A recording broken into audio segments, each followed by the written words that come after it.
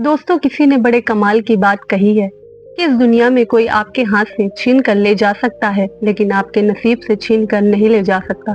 दोस्तों, आज की कहानी बड़ी विशेष और ज्ञानवर्धक है। उम्मीद करती हूँ आप इसे पूरा सुनेंगे। दोस्तों, इंस्पायरिंग बुद्धा यूट्यूब चैनल पर आपका दिल से स्वागत है। अपने वह नहीं होते जो तस्वीरों के साथ खड़े होते हैं, अपने तो वह होते हैं जो तकलीफों के साथ खड़े होते हैं। सबके दिलों का एहसास अलग होता है। इस दुनिया में सबका व्यवहार अलग होता है। आंखें तो सबकी एक जैसी होती हैं, पर सबका देखने का अंदाज अलग होता है। लोग कहते हैं कि जिंदगी मिली है अपने हिसाब से जीने के लिए, लेकिन वही लोग सुबह होते ही किसी और के हिसाब से जीने चले जाते हैं। दिमाग कहता है कि लोगों के साथ वैसा ही व्यवहार करो जैसा वह हमारे साथ करते हैं, लेकिन फिर दिल कहता है कि अगर हम भी उनके जैसे बन गए तो उनमें और हम में फर्क क्या रह जाएगा।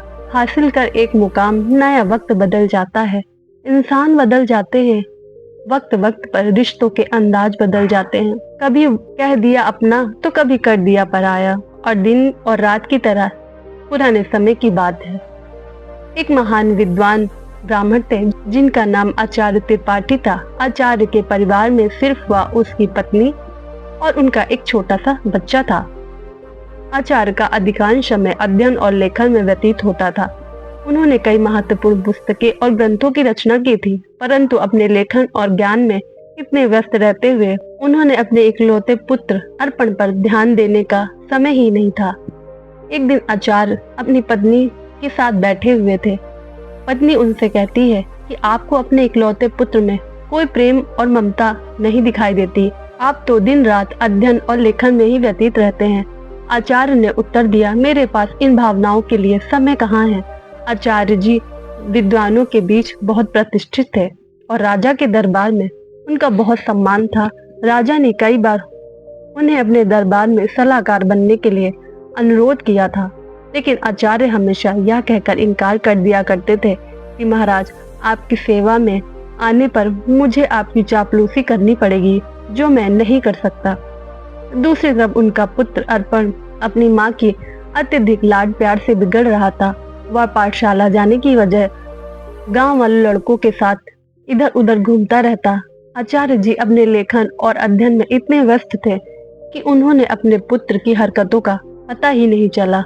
अर्पण ने जुआ खेलना भी शुरू कर दिया था और समय के साथ मदिरा पान भी करने लगा था। उसकी संगत कुछ चोर उचक्कों के जैसी थी। एक दिन की बात है, अर्पण अपने चोर दोस्तों के साथ मंदिर में चोरी करने के लिए जाता है, और जब वह तीनों मंदिर में चोरी कर रहे होते हैं, तभी एक पहरेदार ने उन तीनों की चोरी करते हुए पकड़ लिया और उसे पकड़कर सीधे राजा के पास ले गए और बोला, महाराज, यह लड़के मंदिर में चोरी करते हुए पकड़े गए हैं। उनमें से एक आचार्य जी का पुत्र अर्पण है। यह सुनकर राजा भी अचंभित रह गए कि ज्ञान और धन का उपदेश देने वाले आचार्य का पुत्र चोरी में लिप्त है। राजा ने तुरंत एक सैनिक को आचार्य जी के घर पर सूचना देने के लिए भेज दिया। सैनिक ने जाकर कहा, आचार्य जी, आपका बेटा राजमहल में है, उसे मंदिर में चोरी करते हुए पकड़ा गया है। यह सुनकर आचार्य जी ने कहा, ओह, मेरे मुंह पर तो कालिक ही पुत गई। अब मैं तो किसी को मुंह दिखाने वाला ही नहीं बचा। उसकी पत्नी ने कहा, महाराज, आपका बहुत सम्मान करते हैं, आप चाहे तो उसे माफी मिल सकती है। आचार्य जी ने उत्तर दिया, नहीं, मैं एक अपराधी की सिफारिश नहीं करूंगा, यह भी एक अपराध है। उसकी पत्नी ने उसे धमकी दी, अगर आप राजा के पास नहीं जाएंगे तो मैं अपनी जान दे दूंगी। इस पर आचार्य जी ने अपने सिद्धांतों के आगे झुकने से इनकार कर दिया, और यही उनके व्यक्तित्व और महानता को दर्शाता था। आचार्य ने भारी मन से कहा, ओह, तुम्हारी इस जिद की वजह से मुझे राजा के पास जाना ही पड़ेगा। पत्नी की बात मानकर अनिच्छा के बावजूद वे राजमहल पहुंचे। दरबार में उन्होंने राजा से निवेदन किया, राजन, मेरा पुत्र अभी नाबालिग है, उसे क्षमा कर दीजिए। राजा ने गंभीरता से जवाब दिया, यदि ऐसी बात है तो आपको राज दरबार में सभी के सामने मुझसे सार्वजनिक रूप से माफी मांगनी होगी, तभी मैं आपके बेटे को माफ कर सकता हूँ। आचार्य ने सिर झुकाकर कहा, ठीक है राजन, मैं भरे दरबार में आपसे अपने बेटे के लिए क्षमा याचना करता हूँ। आचार्य की इस विनती पर राजा ने उनके बेटे को इस शर्त पर माफ कर दिया कि भविष्य में वह कोई अपराध नहीं करेगा। परंतु इस घटना के बाद आचार्य जी की प्रतिष्ठा में धक्का लग चुका था। जहां भी जाते लोग उसे कहते हैं कि आचार्य का बेटा तो चोर उचक्के के साथ घूमता ही रहता है। यह सब सुनकर आचार्य जी को बहुत दुख होता था। इस अपमान और बेइज्जती के चलते आचार्य जी अब बीमार रहने लगे। उनके स्वास्थ्य पर इतना गहरा असर पड़ा। बेटा तो घर आ गया, लेकिन चोरी की उसकी आदत गई नहीं। उसने आचार्य जी की किताबें उठाकर बेचना शुरू कर दिया था। एक दिन आचार्य जी ने पूछा, मेरी पुस्तकें कहाँ गई? तो बेटे ने लापरवाही से कहा, पिताजी, मैंने घर का कूड़ा कपाड़ा साफ कर दिया। आचार्य क्रोधित होकर बोले, अरे निकम्मे, तूने मेरा सर्वनाश कर दिया। बेटा उसे स्वर में बोला, आप तो हमेशा मुझे कोसते ही रहते हैं। मुझे लगा कि यह किताबें किसी काम की नहीं है, इसलिए मैंने उसे बेच दिया। आचार्य जी ने उसे ज्यादा कुछ नहीं बोला। समय बीतने के साथ साथ आचार्य जी की बीमारी और गंभीर होती गई। वे चिंतित थे कि उनके बेटे और उनकी पत्नी का क्या होगा। वे बीमार थे, फिर भी एक महत्वपूर्ण ग्रंथ की रचना कर रहे थे। वे सोचते थे कि मैं यह ग्रंथ पूरा करके ही मरूंगा। बीमारी के बावजूद वे दिन रात लिखते ही रहते और एक दिन उनका यह ग्रंथ पूरा हो गया। उन्होंने सोचा, मेरा ग्रंथ तो पूरा ही हो गया है, लगता है मेरे जीवन के दिन भी पूरे हो गए हैं। उस दिन उन्होंने अपने बेटे को पास बुलाया और कहा, बेटा, अभी भी समय है, तुम संभल सकते हो, अपने आप को काबिल बना सकते हो। उन्होंने अपना लिखा हुआ ग्रंथ बेटे को दे दिया। बेटे को देते हुए कहा, बेटा, तुम्हारी बर्बादी मेरी ही लापरवाही का नतीजा है। यह अमूल्य ग्रंथ संभाल कर रखो, तुम्हें देने के लिए मेरे पास कुछ और नहीं है। अर्पण ने वह ग्रंथ की पोथी अपने पास रखी, परंतु मन ही मन सोच रहा था कि मैं इस पोथी का क्या करूंगा। मुझे पढ़ना लिखना तो आता ही नहीं। अगर पिताजी ने कुछ पैसे देते तो बात बन सकती थी। अगले दिन सुबह आचार्य का देहांत हो गया। उनकी मृत्यु के बाद उनके परिवार पर मानो दुखों का पहाड़ टूट गया, परंतु अर्पण को इस बात की कोई चिंता नहीं थी। वह तो अपने पिताजी के सामान में धन की तलाश करने लगा। पिताजी ने मेरे लिए एक कौड़ी भी नहीं छोड़ी। अर्पण निराश होकर बैठ गया।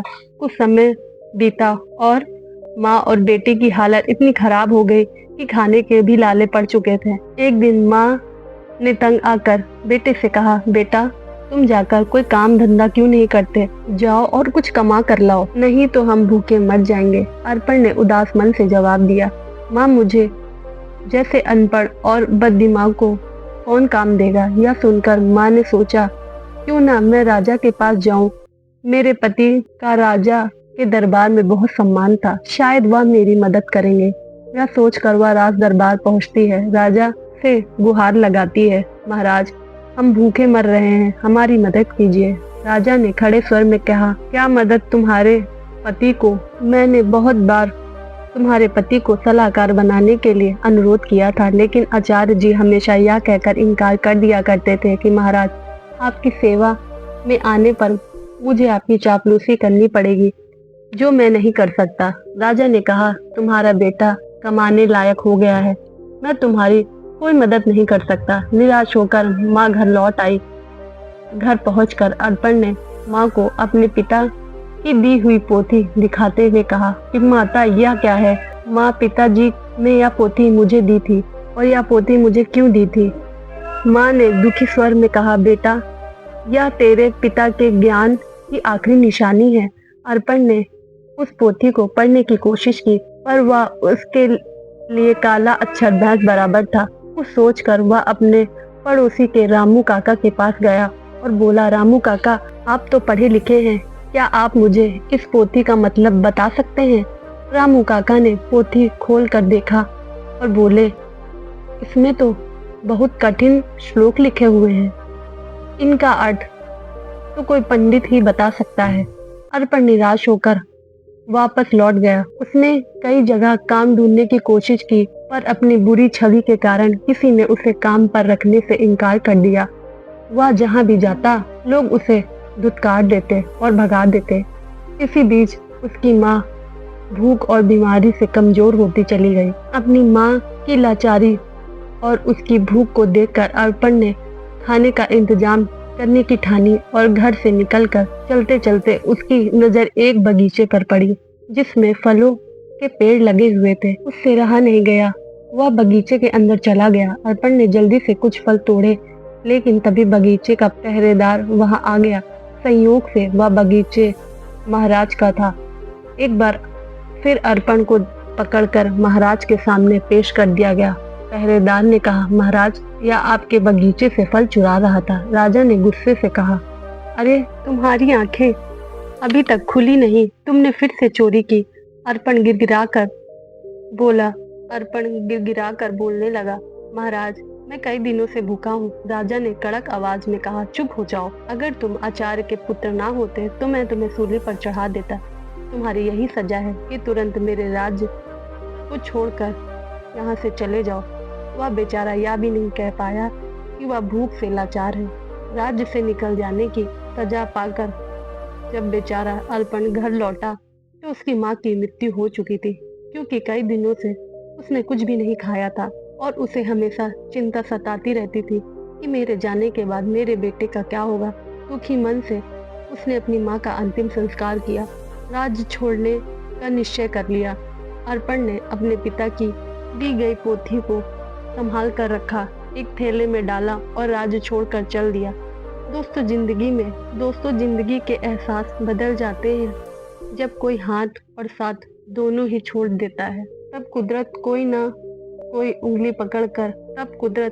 कोई उंगली पकड़ने वाला भेज ही देता है। मुस्कुराकर चलते रहिए, मुंह का कड़वा बोलने वाले कभी धोखा नहीं देते। डरना तो मीठे बोलने वालों से चाहिए जो दिल में नफरत पालते हैं और समय के साथ बदल जाते हैं। नामुमकिन कुछ भी नहीं होता, हम वह सब कर सकते हैं जो हम सोच सकते हैं कि जब कुछ संभव है। हर कोई कहता है कि ईश्वर नजर नहीं आता। सच तो यह है कि जब संकट में कोई साथ नहीं होता तो वही नजर आता है। सहारे इंसान को खोखला कर देते हैं और उम्मीदें कमजोर कर देती हैं। अपनी ताकत के बल पर जीना शुरू कीजिए। आपका खुद से अच्छा साथी और हमदर्द कोई नहीं है। यकीन मानिए, अगर आप हारना सीख लेंगे तो जीत रोटी पीटती हुई आपके साथ चली आएगी। वक्त आपका है, चाहो तो सोना बना लो, चाहो तो सोने से गुजार दो। अगर आप चाहते हैं कि आप वाकई में सही हैं तो लोगों को जो चाहे कहने दो, फिर पीछे मुड़कर मत देखो। और जो लोग जो भी कह रहे हैं उन्हें कहने दो, फिर पीठ पीछे आपकी बातें चले भी तो घबराना मत, क्योंकि बात उन्हीं की होती है जिनमें कोई बात होती है। बढ़ते रहे कदम पर, और कुछ मिले ना मिले तजुर्बा तो नया होगा। भूमि पर फल के लिए श्रम सबको करना पड़ता है, परमात्मा सिर्फ लकीरें देता है, उसमें रंग आपको भरना पड़ता है। अर्पण चलते चलते एक घने जंगल में पहुंचता है और सोचा, यही फूल फल खाकर गुजारा करूंगा। वह एक पेड़ के नीचे बैठ गया और अपने पिता की पोथी को खोलकर फिर से पढ़ने की कोशिश करने लगा। शायद इसमें छिपे ज्ञान से मेरे दुखों का अंत हो जाएगा। बेचैनी में वह पोथी के पन्ने पलट रहा था, लेकिन उसे कुछ समझ नहीं आ रहा था। उसने सोचा कि काश मैं पढ़ पाता। पिताजी ने मरते वक्त कहा था कि मेरे ग्रंथ अमूल्य हैं। अचानक हवा का एक तेज झोंका आया और पोथी में से कुछ पन्ने उड़ गए। अर्पण ने उन पन्नों को पकड़ने की कोशिश की, पर वह असफल रह गया। वह सोचने लगा, पता नहीं कितने पन्ने उड़ गए। उसने पोथी को वापस बंद कर दिया और आराम करने के लिए पेड़ के नीचे सो गया। उसी जंगल में एक युवराज शिकार खेलने के लिए भटक रहा था। हवा में उड़ता हुआ पोथी का एक पन्ना उसके हाथ लग गया। उसने उसे देखा और पढ़ने लगा। किसी ने सुंदर हस्तलिपि में संस्कृत का श्लोक लिखा था, किंतु मैं संस्कृत नहीं जानता। कुछ सोचकर युवराज ने वह पन्ना अपनी जेब में रख लिया और शिकार की तलाश में आगे बढ़ गए। तभी उसकी नजर एक हिरण पर पड़ी। वह उसका पीछा करने लगे। अपनी जान बचाने के लिए एक प्राचीन मंदिर की दिशा में भागा और युवराज उस प्राचीन मंदिर में दाखिल हो गए। जंगल के बीच में यह एक प्राचीन मंदिर था जहाँ कुछ वनवासी पूजा कर रहे थे। उनका पुजारी कह रहा था कि भाइयों, देवी को प्रसन्न करने के लिए हमें नौजवान युवक को बलि देनी होगी। तभी युवराज ने मंदिर में प्रवेश कर दिया। वनवासियों ने उसे देखा और बोले, पुजारी जी, संयोग की बात है, युवक भी आ गया, क्यों ना इसी की बलि दे दी जाए। यह सुनकर युवराज सोच में पड़ गया, अगर मैंने इन्हें अपना परिचय दे दिया तो यह मुझे अवश्य ही बलि पर चढ़ा देंगे, क्योंकि यह एक शत्रु देश का राजा है। वनवासियों ने युवक को रस्सी से बांध दिया। तब युवराज ने कहा, पुजारी जी, मैं एक नीच कुल का संतान हूँ, मेरी बलि देने से देवी अपवित्र हो जाएंगी। पुजारी ने हंसते हुए सख्त स्वरों में कहा, अरे, देवी को बलि चाहिए, ऊंच नीच से कोई मतलब नहीं। युवराज अपने जीवन से निराश हो गए और सोचने लगा, झूठ बोलकर भी मैंने अपने प्राण नहीं बचा पाया। जब उसे बलि के लिए लाया गया तो उसने कहा, भाइयों, बलि पर चढ़ाने से पहले मैं अपनी एक अंतिम इच्छा पूरी करना चाहता हूँ। मेरी जेब में एक भोजपत्र है, क्या कोई उसे पढ़कर इसका अर्थ बता सकता है? मेरी यही अंतिम इच्छा है। पुजारी ने कहा, अवश्य बताऊंगा, मैं तुम्हें उसका अर्थ बताता हूँ। पुजारी ने उस ग्रंथ के पन्ने अपने हाथ में उठाया और कहने लगा, इस भोजपत्र पर 2 श्लोक अंकित है। पहले का अर्थ है, एक झूठ कई झूठों को जन्म देता है और झूठा व्यक्ति अतः मुसीबत में फंस जाता है। दूसरे श्लोक का भावार्थ है, किसी के प्राण लेना सरल है, परंतु किसी को जीवन देना अत्यंत कठिन है। युवराज यह सुनकर फूट फूट कर रोने लगा। पुजारी ने उससे पूछा, तुम क्यों रो रहे हो? युवराज ने रोते हुए कहा, यह दोनों श्लोक मुझ पर ही चित्रालु होते हैं। यह सुनकर वनवासी को अपनी गलती का एहसास हुआ। उनमें से एक आगे बढ़कर बोला, पुजारी जी, यह युवक सच कह रहा है, हमें इसे जबरदस्ती बलि पर चढ़ाने का कोई अधिकार नहीं है। तब वनवासी ने युवक को मुक्त कर दिया। पुजारी ने कहा, जाओ नौजवान, इस श्लोक ने हमारी आंखें खोल दी। हम आज के बाद देवी को किसी जीव की बलि नहीं चढ़ाने देंगे। युवराज, जिसका नाम यश था, उसने उनका धन्यवाद किया और महल की ओर चल दिया। लौटते समय वह विचारों में खोया ही था और सोच ही रहा था, यह भोजपत्र कितने अनमोल है, उन्होंने मेरे प्राण बचाए। हो सकता है मेरे सुंदर उपदेश वाले और भी पन्ने हो। महल वापस पहुंचकर युवक ने अपने पिताजी के चरणों में प्रणाम किया और कहा, पिताजी, आपने मुझे शिकार खेलने, जीवों की हत्या करने के लिए मना किया था। मैंने आपसे झूठ बोलकर शिकार खेलने के लिए गया था और मुसीबत में फंस गया, परंतु इन श्लोकों ने मेरे प्राण को बचा लिया। फिर युवराज ने राजा रुद्र प्रताप को अपनी आप बीती सुना दी। उसने कहा, ऐसे श्लोक तो दूसरों को अहिंसा की शिक्षा देते हैं और जिन्होंने मेरे प्राण बचाए हैं, मेरे लिए हजारों मोहरे के बराबर हैं। पिताजी, इस भोजपत्र पर पन्नों की संख्या 3 लिखी है, यह किसी अनमोल पोथी के हिस्से हैं। राजा रुद्र प्रताप ने यह सुनकर अपने कुछ सैनिकों को बुलाया और उन्हें भोजपत्र दिखते हुए आदेश दिया कि जो भी ऐसे श्लोक से सजे भोजपत्र खोज कर लाएगा, उसे ऊंचा पद और पुरस्कार भी दिया जाएगा। दूसरे और आचार्य जी का बेटा अर्पण महीनों जंगल में भटकता रहा। भटकते भटकते वह राजा रुद्र प्रताप के राज्य में आ पहुंचा। नगर में आकर भी उसने कई लोगों से सहायता मांगी, परंतु हर कोई उसे दुत्कार कर भगा दिया करता था, क्योंकि इतने दिनों से भटकते भटकते अर्पण एक भिखारी जैसा दिखने लगा था। एक दिन की बात है, भूखा प्यासा अर्पण राजमहल की तरफ से निकल ही रहा था और उसे जोर की भूख लग गई। वह सोचने लगा कि अब भूख के मारे उसकी जान निकली जा रही है। तभी अचानक राजमहल के रसोई से खाने की महक उसकी नाक में आ गई।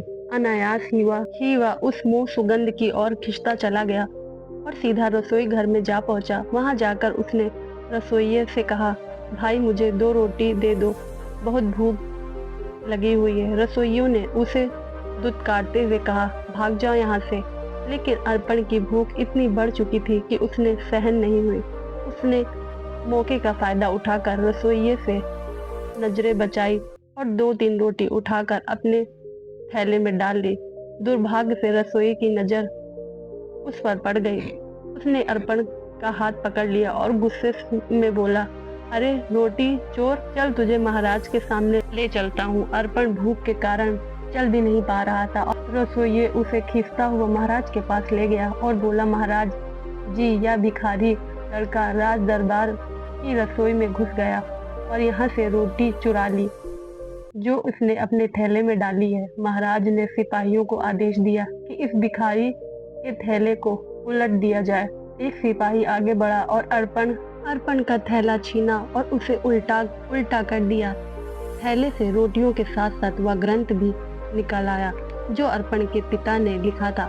उसी समय युवराज भी वहां से गुजर ही रहे थे तो ग्रंथ को देखते ही युवराज की आंखों में चमक उठी। उसने तुरंत ग्रंथ को उठा लिया और खुशी से चिल्ला उठा, अरे यह तो वही अनमोल पोथी है जिसकी हमें महीनों से तलाश थी। फिर युवराज ने अर्पण की ओर देखा और आदर पूर्वक अपने सिपाहियों को कहा, इस धनवान लड़के को सम्मान के साथ बिठाया जाए। फिर उस लड़के को एक सिंहासन पर बिठाया गया। फिर युवराज ने पूछा, भाई तुम्हारा नाम क्या है? लड़के ने कहा, मेरा नाम अर्पण है। युवराज ने कहा कि इतनी अनमोल संपत्ति होने के बावजूद भी तुम भीख क्यों मांग रहे हो? मैं इस पोथी के लिए तुम्हें 5,000 स्वर्ण मुद्रा देने के लिए तैयार हूँ। अर्पण यह सुनकर एकदम अशांत रह गया और बोला, क्या कहा? 5,000 स्वर्ण मुद्राएं कम नहीं है महाराज। मैं सोच रहा हूँ कि लाखों की संपत्ति रखते हुए भी मैं भूखा मर रहा था। फिर उसने कहा, मित्र, इस पोथी के वचनों ने सदा मुझे पतन के गड्ढे से गिरने से बचाया है और मेरे प्राणों की रक्षा भी की है, लेकिन मेरी आंखें बार बार ठोकर खाकर भी खुल नहीं पाई। युवराज ने पोथी खोली और अर्पण को पहले और दूसरे पन्ने के श्लोक सुनाने लगा। उसमें लिखा था कि अविद्या सारे कपटों की जननी है और संकटों में ही अपने और पराई की पहचान होती है। अर्पण ने कहा, सचमुच अविद्या ने ही मुझे दर दर का भिखारी बना दिया। अगर मैंने बचपन में ही विद्या ग्रहण की होती तो आज मैं भी अपने पिता की तरह एक विद्वान होता। युवराज ने कहा, भाई अर्पण, अपनी पोथी का यह मूल्य स्वीकार करो। और यह कहते हुए उसने स्वर्ण मुद्राएं की थैली अर्पण को थमा दी। अर्पण ने थैली को हाथ में लेते हुए कहा, अब मैं धन का बोझ कहाँ उठाता फिरूं? इस धन को मैं गरीब बच्चों की अविद्या दूर करने के लिए लगाऊंगा। युवराज ने कहा, मित्र, अब तुम एक भिखारी नहीं रहे, तुम तो एक महान धनवान हो गए हो। अर्पण सोच रहा था, काश यह समझ मुझे बचपन में ही आ गई होती तो शायद मेरे माता पिता आज यहाँ होते। इसके बाद अर्पण ने वह धन ग्रहण किया और उसने उस धन से गरीब बच्चों के लिए एक पाठशाला बनवाई और खुद भी विद्या प्राप्त करने लगा। दोस्तों, किसी ने बड़े कमाल की बात कही है कि हौसला ना हार, गिर कर ए मुसाफिर, अगर दर्द यहाँ मिला है तो दवा भी यहीं मिलेगी। दोस्तों, जीवन में जो होना है वह होकर रहेगा। यह कहानी सिखाती है कि अगर आपकी बुराइयां आप पर हावी हो गई तो आपका अंत निश्चित है। इसलिए बुराइयों को अपने ऊपर कभी भी हावी मत होने दीजिए। इस कहानी को सुनने के लिए धन्यवाद दोस्तों। मिलती हूँ अगली वीडियो पर और एक नई सीख के साथ। तब तक खुश रहिए और अपना ख्याल रखिए और हमारे चैनल को सब्सक्राइब जरूर कीजिए और वीडियो को लाइक भी कीजिए। धन्यवाद।